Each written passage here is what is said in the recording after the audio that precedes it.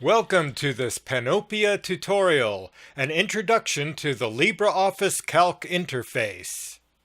When you first open LibreOffice, you're presented with a window of recently saved documents. To create a new spreadsheet, click Calc Spreadsheet under where it says Create on the left. If you want to open a Calc document saved on your computer that doesn't show up in the recently saved items, click Open File at the top left and navigate to your document. Calc has the standard menus that you find in most applications: File, Edit, View, and Help, along with some which are unique to spreadsheets. In the File menu, you can open, save, and print your spreadsheet document. When you save a document in the native format, it has the extension ODS. Calc also has the capability of opening and saving Microsoft Excel files and exporting a document as a PDF, which is useful if you're sharing the spreadsheet with others who might not have LibreOffice. Under the main menu are quick access buttons to many of the most used menu items. These have help tips which pop up when you hover the mouse pointer over them. Next toolbar down is the formatting toolbar. Here you can choose font styles, change the font and background colors, and align text. You can also format numbers as currency, percentages, decimal numbers, and dates, as well as set the number of decimal places to display. Under the formatting toolbar is the formula bar. This is where you can view and edit formulas in the cells. There's also a button for the function wizard, which will guide you in creating functions that do calculations on the data. A spreadsheet is divided into columns and rows of cells. The columns are represented by letters displayed at the top, the rows by numbers down the left side. When you click on a cell to select it, a black rectangle surrounds the cell. To select a range of cells, hold the left mouse button down on the first cell, then drag down or across the cells. The range you select will be highlighted in a light blue color. To change the width of columns, hover the mouse pointer over where the columns meet.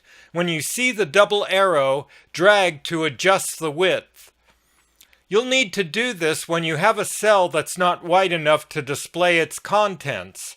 If the cell contains text, it will have a red arrow on the right side. If it contains a value, it will display 3 number signs. When this happens, make the columns wider and the amounts will display when it has enough room. The row heights can be adjusted in the same way. Hover the mouse pointer over where the rows meet and drag to adjust the height. On the right side of the document window, halfway down, is an arrow which will open the Properties panel. Here there's more options for formatting, functions, clip art, and navigation. The document window can be split horizontally or vertically so that different parts of the spreadsheet can be viewed at once. This is handy when you're working with an especially large document.